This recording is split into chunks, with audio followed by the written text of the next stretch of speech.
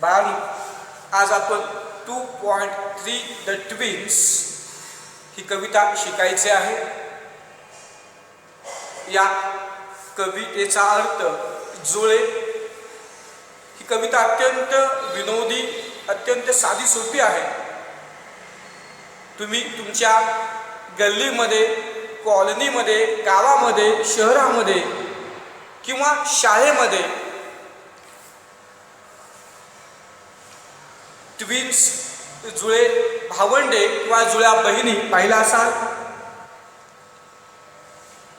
अगदी चेहरापट्टीमध्ये, उंचीमध्ये, रंगामध्ये अगदी सेम टू सेम असतात की त्यामधील फरक काही वेळेला आम्ही सुद्धा ओळखू शकत नाही. शक्यतो जे अनोळखी असतात, जे नवीन पाहणारे असतात, त्यांना त्यांच्यामधील फरक, त्या दोघांच्या मधील, समजा दोन जुळ्या बहिणी असतील, गीता आणि सीता, त्यातील गीता कोण, सीता कोण हे ओळखता येत नाही. राम कोण, श्याम कोण, जुळे जर दोन भावंडे असतील राम आणि श्याम, त्यातील राम कोण, श्याम कोण हे ओळखता येत नाही.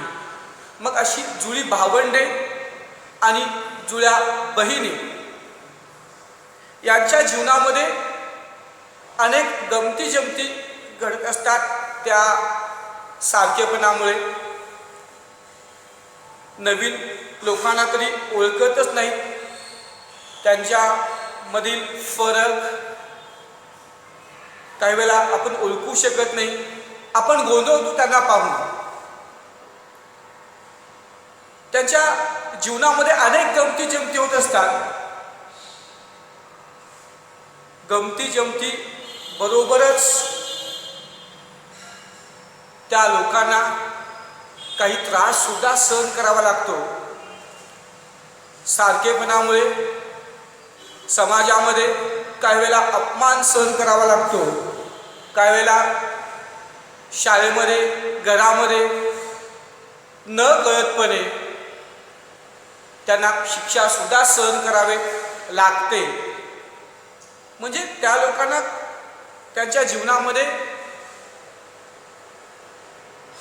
काही अडचणींना सामोरे जावे लागते. असंख्य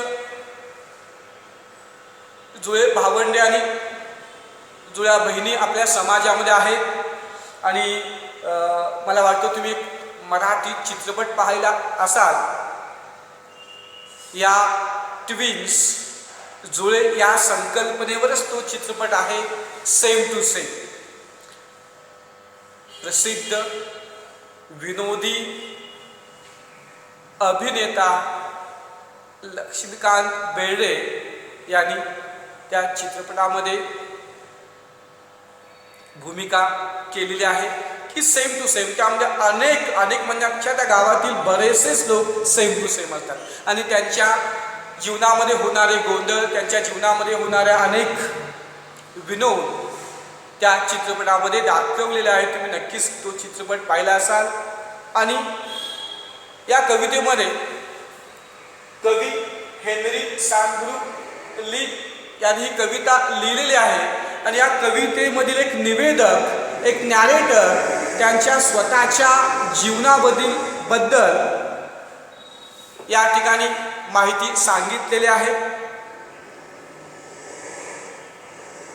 जे नॅरेटर आहेत त्यांचे भाऊ आणि ते जुळे आहेत. आणि त्यांच्या जीवनामध्ये जे काही गमती जमती होतात,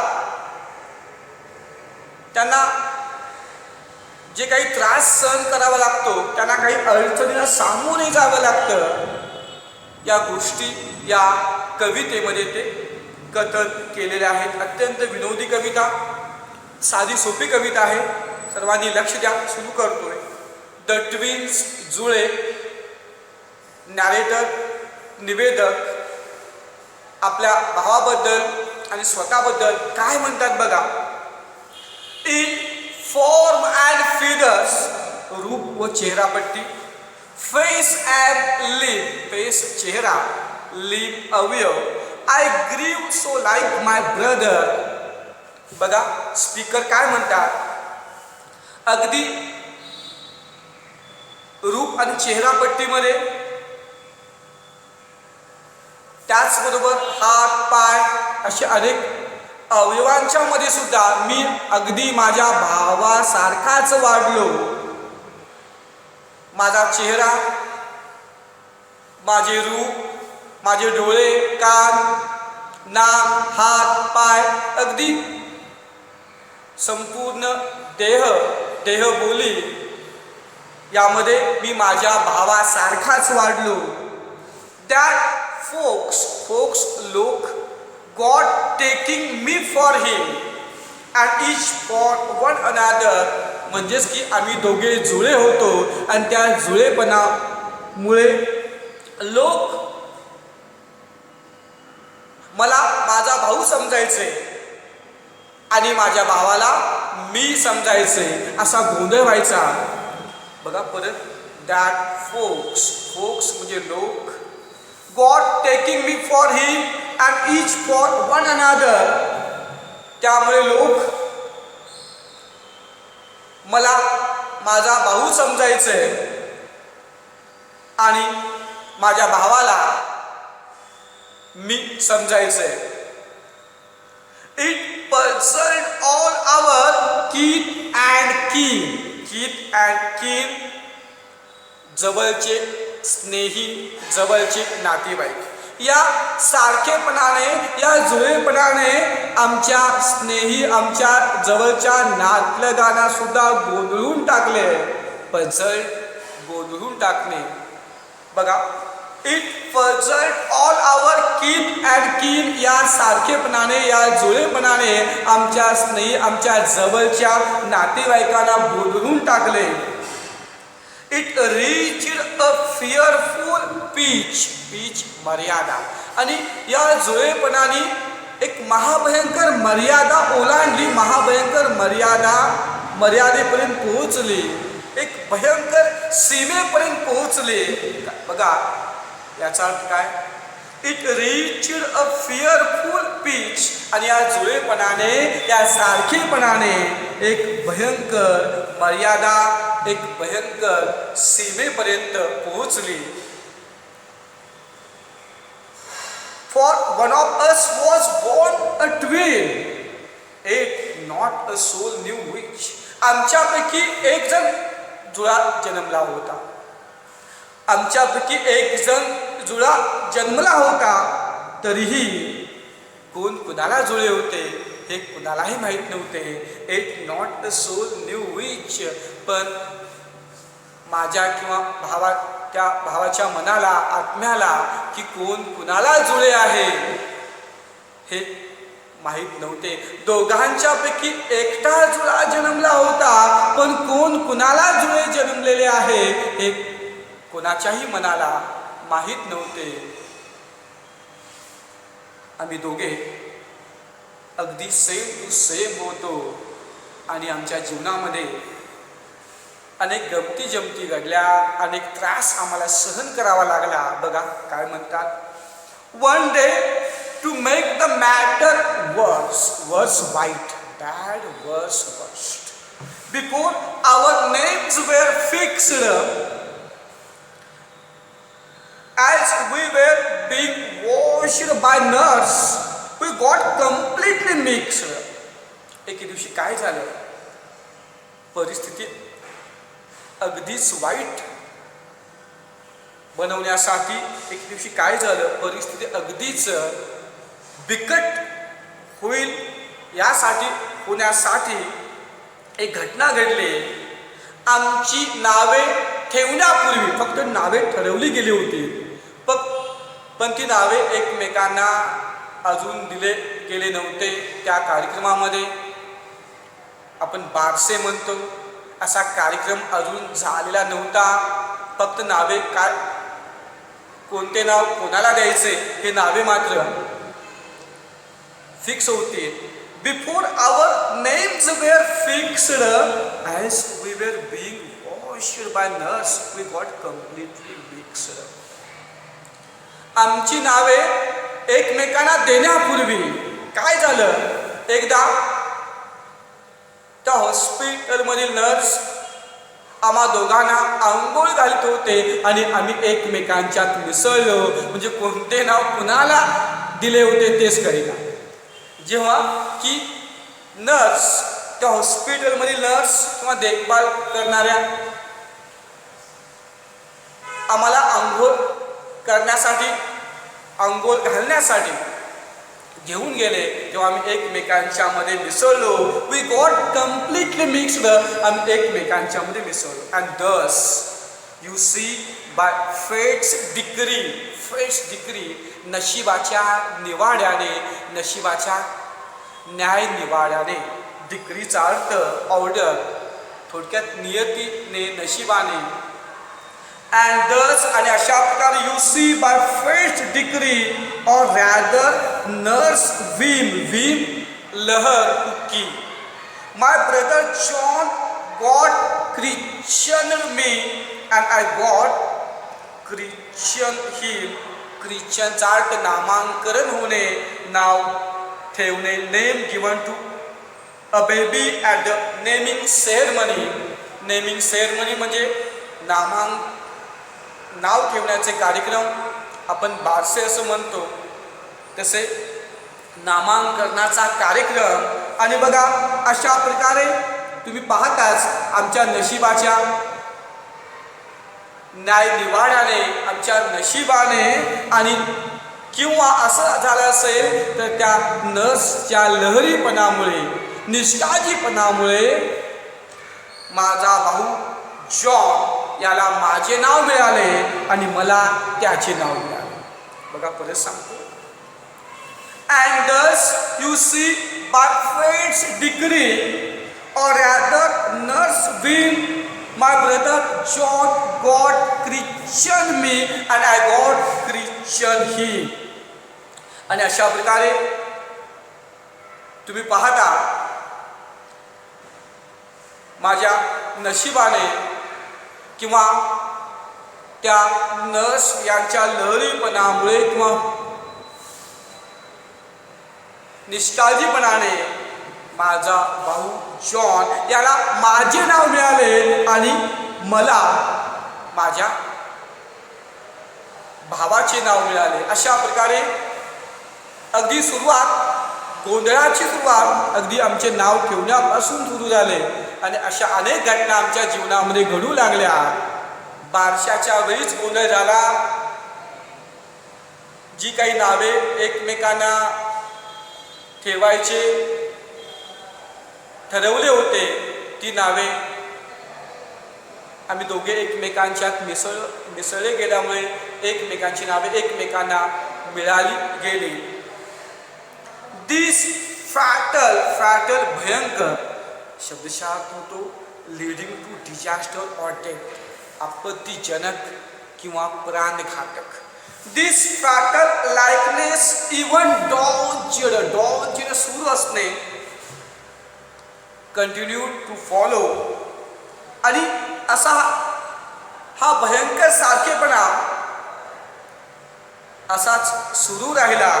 and this fatal likeness even dodged, आणि हा असा भयंकर सारखेपणा असेच सुरू राहिले.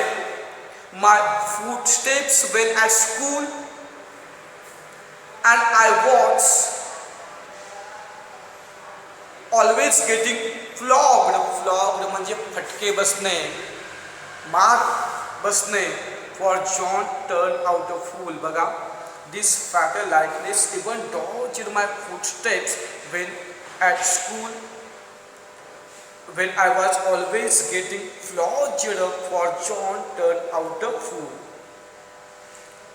आणि हा भयंकर सारखेपणा असेच प्रत्येक ठिकाणी सुरू होता. जेव्हा मी शाळेमध्ये असायचो, जेव्हा जॉन म्हणजे माझा भाऊ काहीतरी मूर्खासारखं काहीतरी करायचा, तो खोडा काढायचा आणि मीच नेहमी मार खायचो. And I was always getting flogged for John turn out a फूल.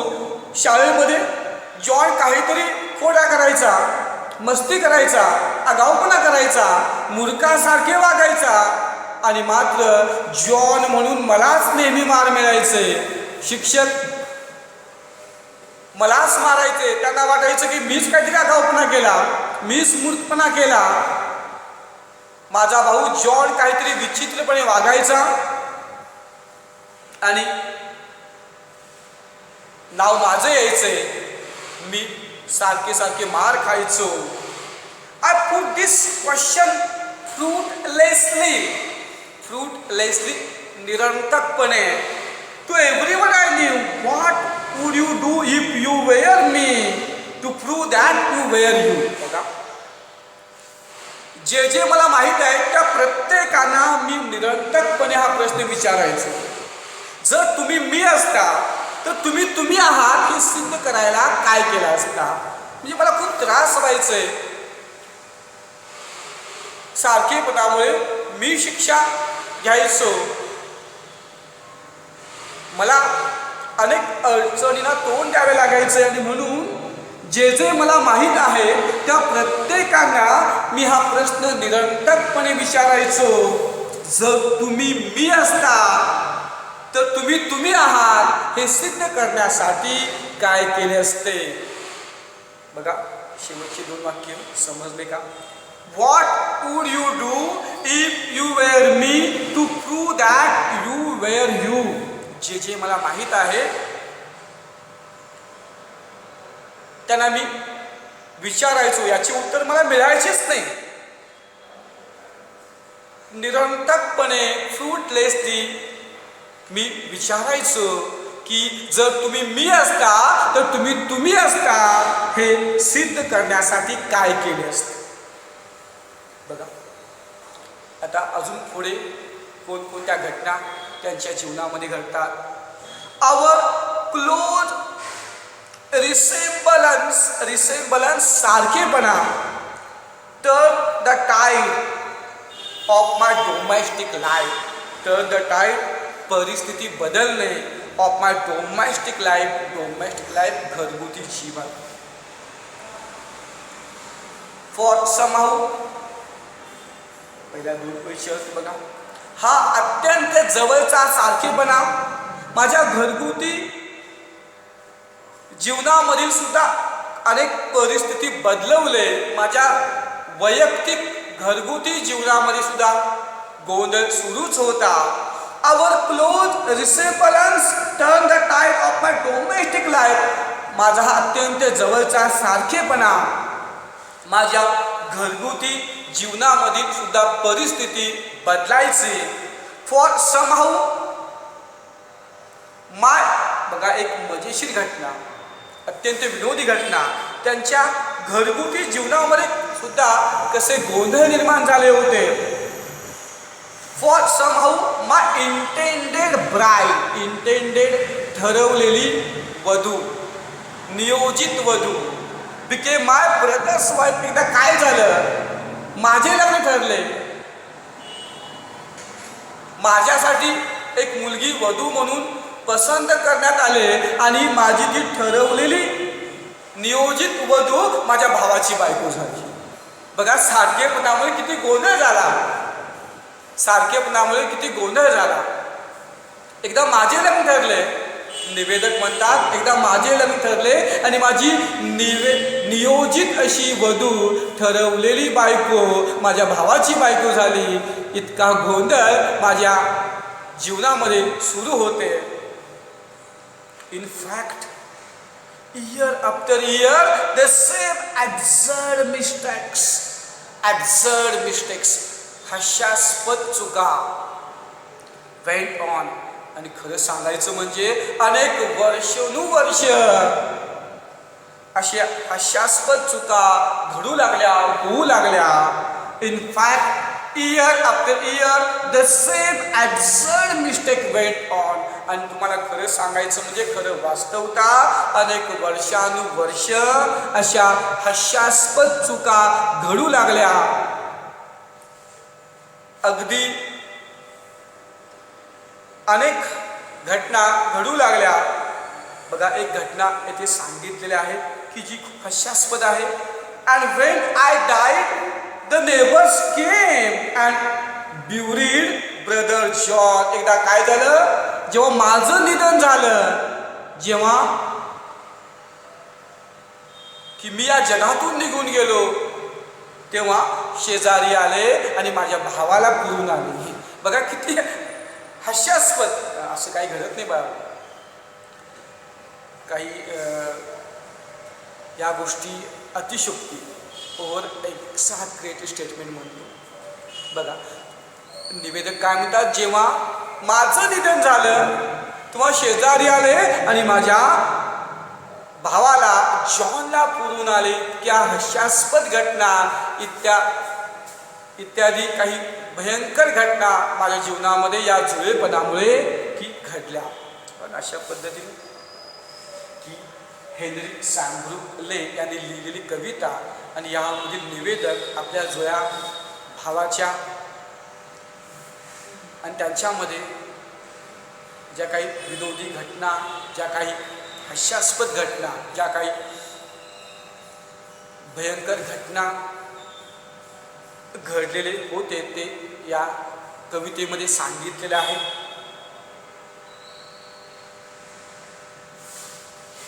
प्रत्येक अशा जुळ्या बहिणींच्या आणि भावांच्या जीवनामध्ये अशा हास्यास्पद किंवा काही घातक घटना घडतात की ज्यांचा त्यांना त्रास होतो. आणि अशाच पद्धतीनं निवेदक त्यांच्या जीवनामध्ये घडलेल्या, त्यांच्या जुळ्या भावासोबत घडलेल्या काही घटना या ठिकाणी, काही विनोदी घटना, काही त्रास या कवितेमध्ये सांगितलेल्या आहेत. फक्त एक विनोदी साधी सोपी कविता आहे. बाळांनो, तुम्हाला अजून एक सांगायचं म्हणजे काही लोक अशा जुळ्या भावंडांचे, जुळ्या बहिणींची चेष्टा करतात, अपमान करतात की ज्यांचा त्यांना त्रास होतो. बाळांनो, आपण अशा गोष्टी करू नयेत. त्या जुळ्या असणे हा त्यांचा दोष नाही आहे. नशिबानं त्याच्या जीवनामध्ये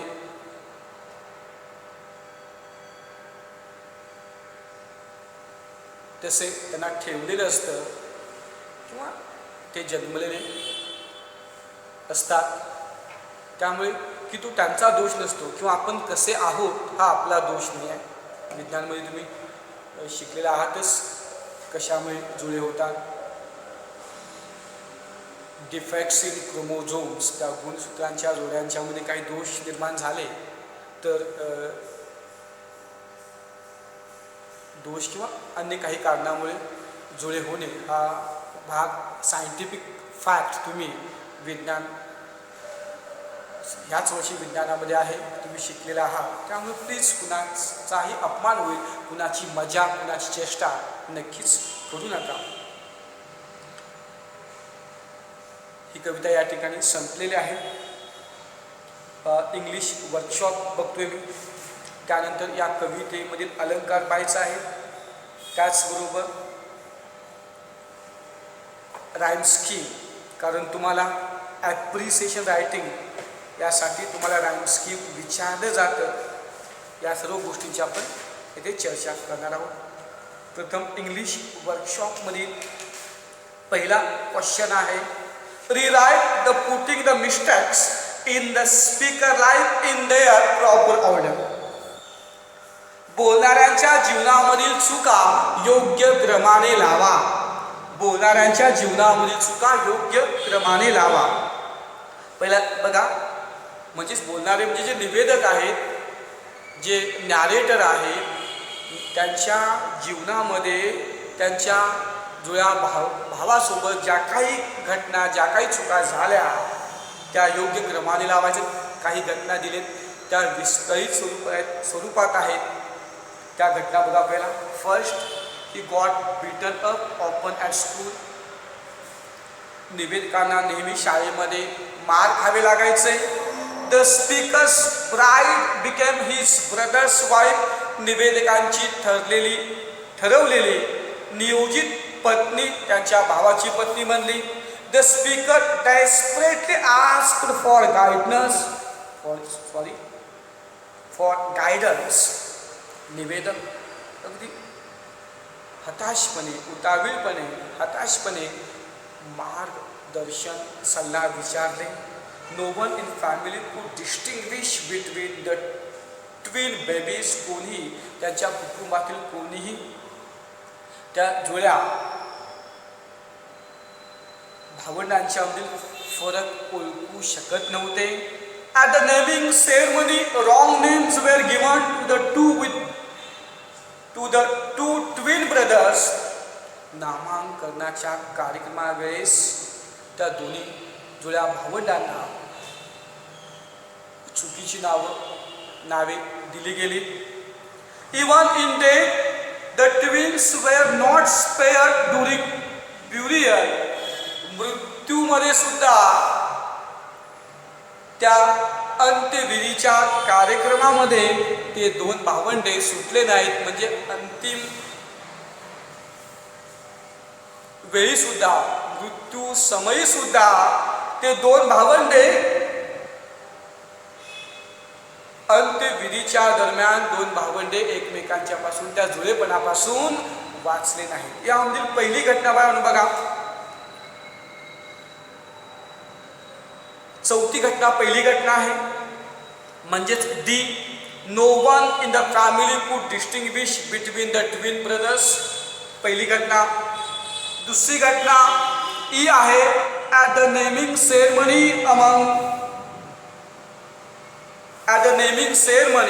wrong names were given to the two twin brothers. 3 number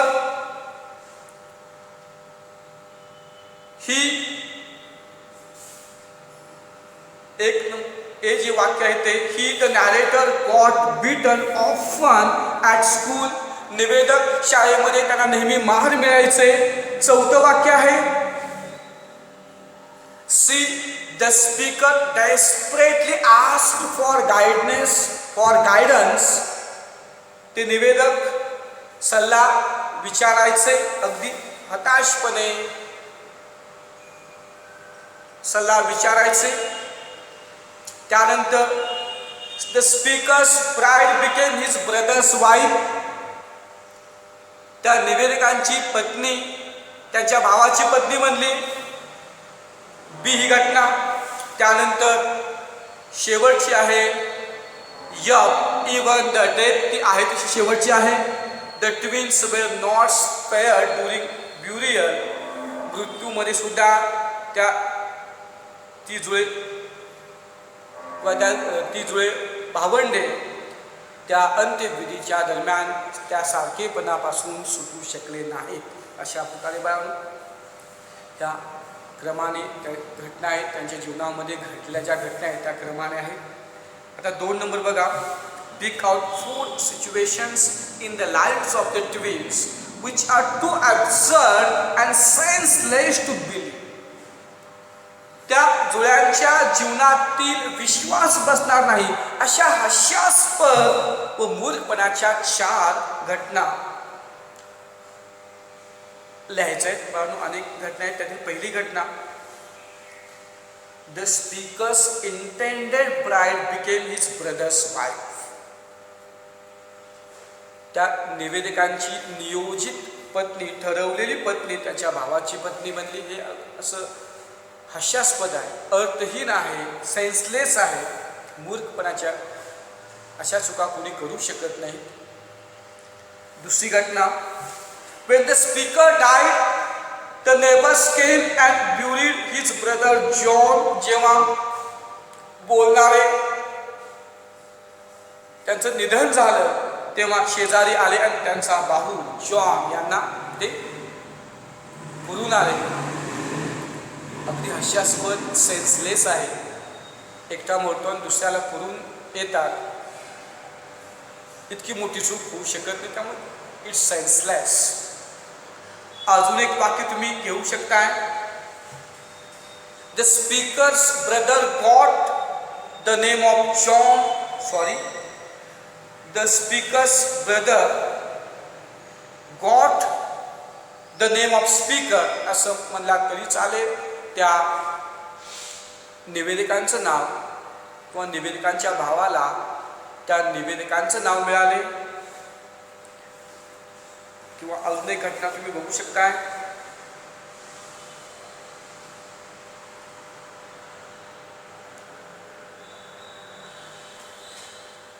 the people were taking one for other. The people were taking one for other. लोक याला बोलणाऱ्यांना त्याचे भाऊ समजायचे आणि भावाला बोलणारे समजायचे. अशा 4 गोष्टी, 4 घटना, 4 शेवटच्या पॅसेजमध्ये 2 घटना आहेत. निवेदकांची ठरवलेली पत्नी त्यांच्या भावाची बनली. त्याचबरोबर जेव्हा निवेदक गेले, नॅरेटर गेले, तेव्हा शेजारी आले आणि त्यांच्या भावांना जॉनला पुरून आले. या 2 घटना तर निश्चितच आहेत. आणि आणखीन 2 घटना आता मी तुम्हाला सांगितलो त्या प्रकारे ह्या 4 घटना तुम्ही घेऊ शकता. Complete the web diagram. खाली एक वेब डायग्राम दिलेले आहे. Poet uses humour to. कवी विनोद कशासाठी वापरतात? टू क्रिएट लाफ्टर एक दिलेला आहे.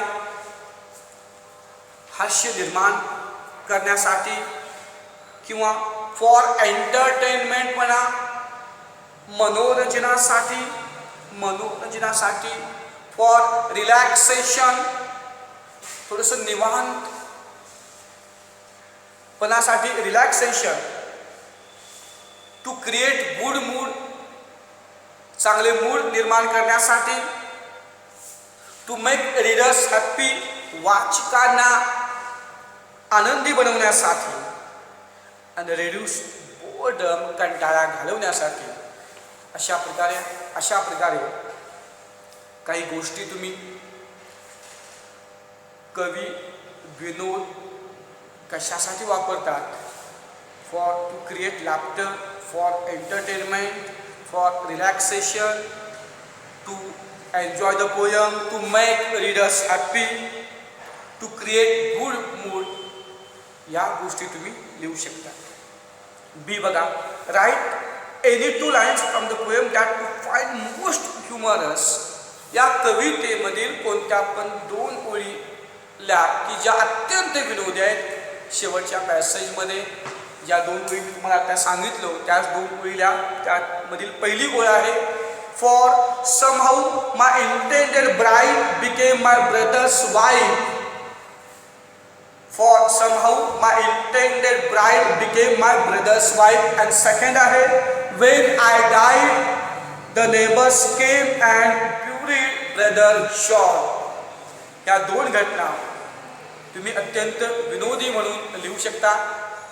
या 2 ओळी तुम्ही त्या ठिकाणी लिहू शकता.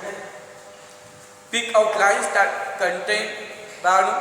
त्यानंतर पुढील आहे ॲलिट्रेशन, पण, हायपरबोल. ॲलिट्रेशन आणि पण हे जे काय अलंकार आहेत या अलंकाराबद्दल हा क्वेश्चन आहे. व्याकरणामध्ये इयत्ता 9वी मध्ये अलंकार तुम्ही शिकलेला असाल. ॲलिट्रेशनचा अर्थ अनुप्रास. जर दिलेल्या वाक्यामधील 2 किंवा त्याच्यापेक्षा अधिक शब्दांच्या मधील पहिले अक्षर किंवा साऊंड रिपीट होत असेल तर त्याला ॲलिट्रेशन, अनुप्रास अलंकार म्हणतो. बघा मी काय म्हणतोय. If the first letter of 2 or more words are repeated in the given line, then that is alliteration, figure of speech. पण जर दिलेल्या ओळीमध्ये असा एक शब्द असेल की जो दुहेरी अर्थाने वापरला असेल तर त्याला पण, फिगर ऑफ स्पीच म्हणतो. आणि हायपरबोल, अतिशयोक्ती, ज्या घटनेवर आपण विश्वास ठेवू शकत नाही, अगदी हास्यास्पद, अर्थहीन असतात, खूप वाढवून सांगितलेलं असतं, अशा ओळी, अशा घटना अतिशयोक्ती अलंकारामधील असतात. जर काही घटना अत्यंत हास्यास्पद, ज्या घटनेच्यावर आपण विश्वास ठेवू शकत नाही. तुम्ही अतिशयोक्तीचे अनेक मराठीमध्ये उदाहरणे पाहिला असाल, तुम्हाला माहीत असेल. अशाच प्रकारचे हायपरबोल म्हणजे अतिशयोक्ती या अलंकाराबद्दल आपण या कवितेमध्ये पाहणार आहोत. बघा, प्रथम मी ॲलिट्रेशन अनुप्रास या अलंकाराबद्दल बघतोय.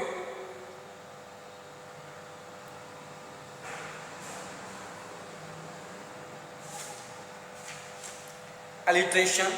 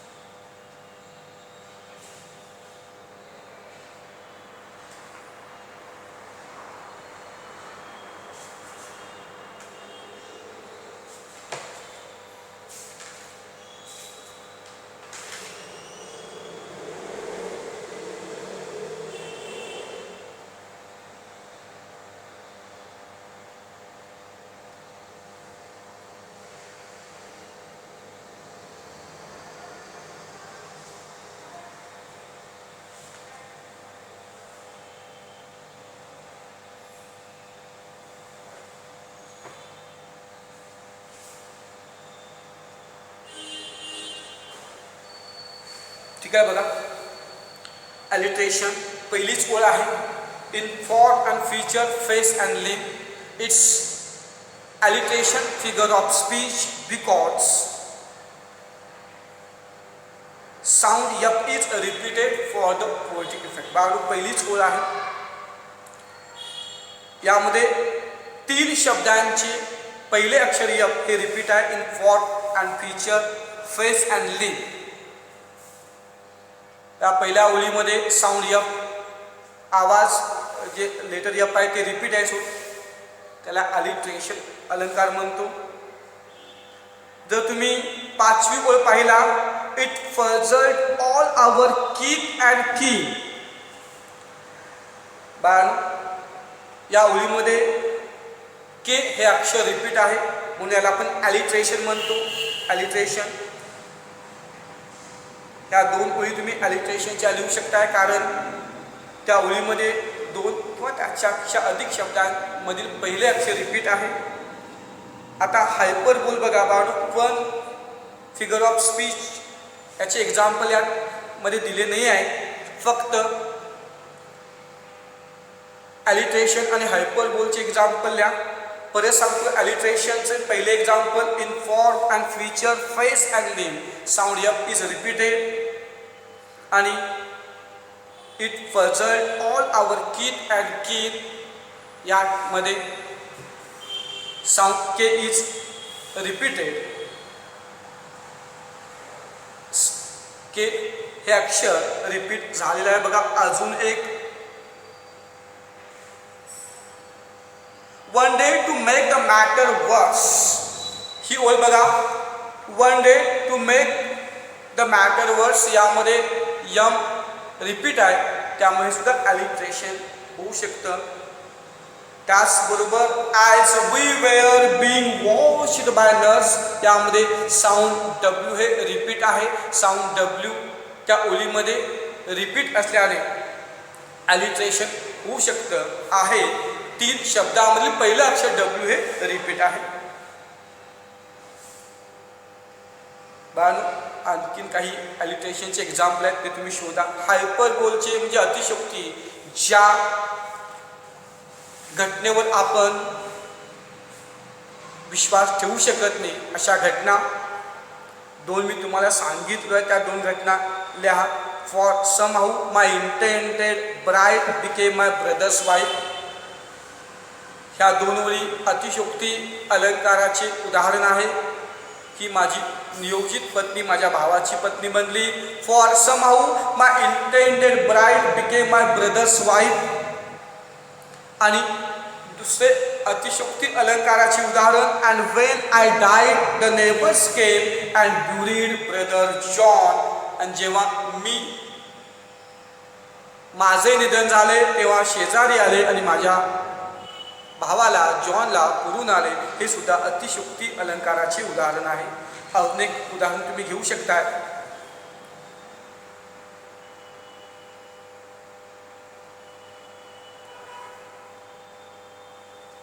अजून एक उदाहरण बघा. दॅट फोक्स God taking me for him and each for one another. ह्या दोन ओळी तुम्ही लिहू शकताय. अशा प्रकारे फक्त हायपरबोल आणि ॲलिट्रेशन या दोन अलंकाराची उदाहरणे आपण पाहिलेले आहोत. आता पुढील आपण ॲक्टिव्हिटीज पाहूया. 5वा प्रश्न. पिक आउट फ्रॉम द पोएम. आत्ताच आपण ॲलिट्रेशन आणि हायपरबोल या दोन अलंकाराविषयी पाहिलो. 5वा प्रश्न आहे तो कोलोकेशन म्हणजे शब्द समुच्चय. याच्याबद्दल पेज नंबर 57 या कवितेच्या पहिल्याच पानावर थोडी माहिती दिलेली आहे. ती माहिती प्रथम पाहूया. सेकंड क्वेश्चन बघा.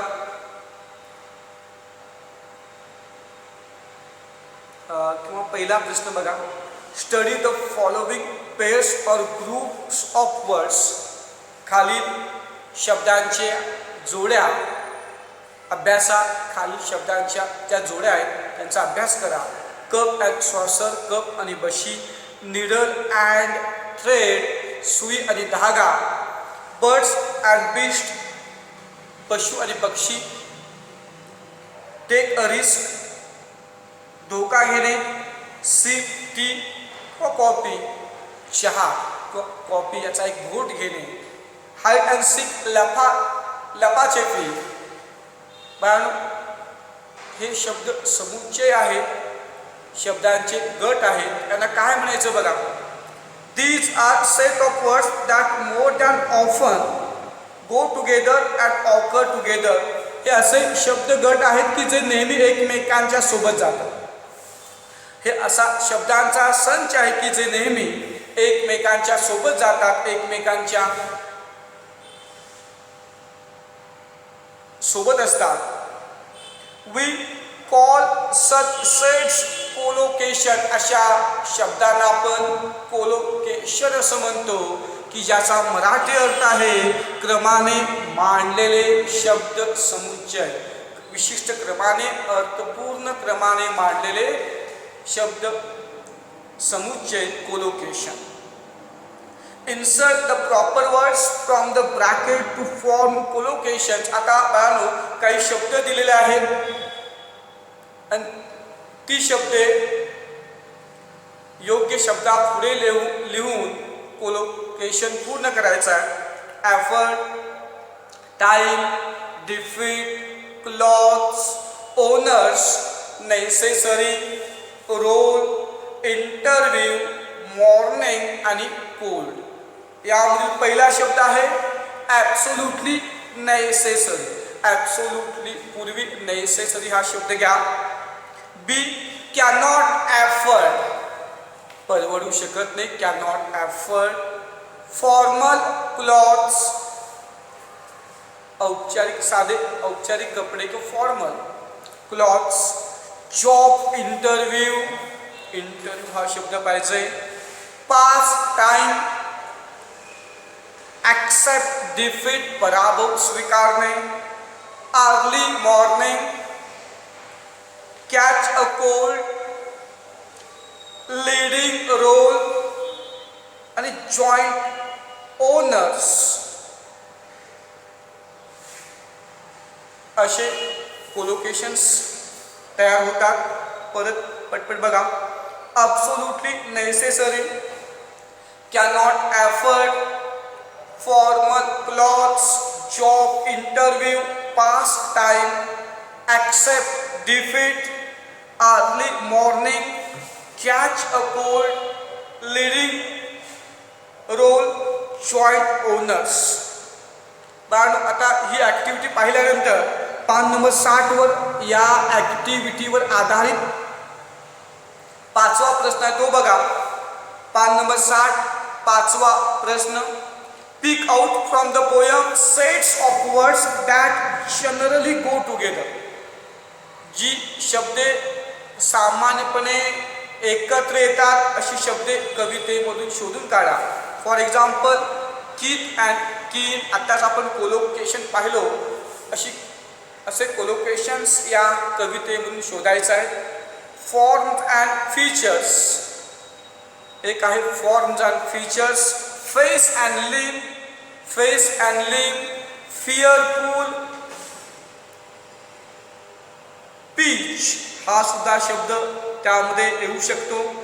Fearful, peach. Form and feature, kith and kin, fearful, peach अशी काही शब्द आहेत की जे नेहमी एकत्र येतात. काही शब्द तुम्ही शोधण्याचा प्रयत्न करा.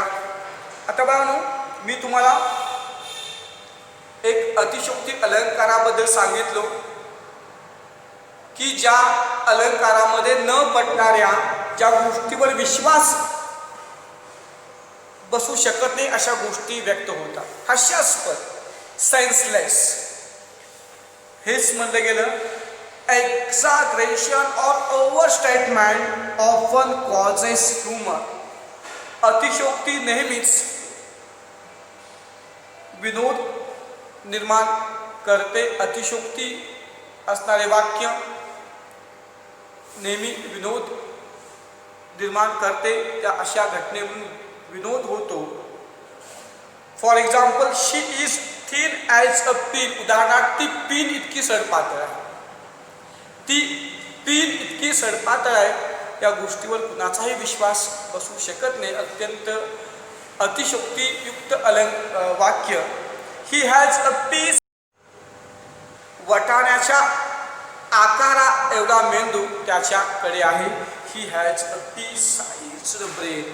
वटाण्याच्या आकाराचा मेंदू त्याच्या जवळ आहे. My shoes are killing me. माझे शूज मला मारित आहेत, मला ठार करीत आहेत. थोडक्यात की माझे शूज मला लागत आहेत असं ते वाक्य पाहिजे. पण अतिशयोक्ती माझे शूज, माझे बूट मला मारत आहेत. की ज्या गोष्टीवर आपला विश्वास बसू शकत नाही अशा गोष्टी या अलंकारामध्ये येतात. When such exaggerated lines occurs in poetry, they are example of the figure of speech hyperbole. असे अतिशयोक्तियुक्त ओळी जेव्हा कवितेमध्ये असतात तेव्हा अशा ओळी हे हायपरबोल, अतिशयोक्ती या अलंकाराचे उदाहरण आहे. Complete the following examples of hyperbole using words from the bracket below. कंसामध्ये काही शब्द दिलेले आहेत. त्या शब्दाचा वापर करून हायपरबोल अलंकार पूर्ण करायचा आहे. Horse, lion, day and ocean, turn, second आणि हेल्प. यामधील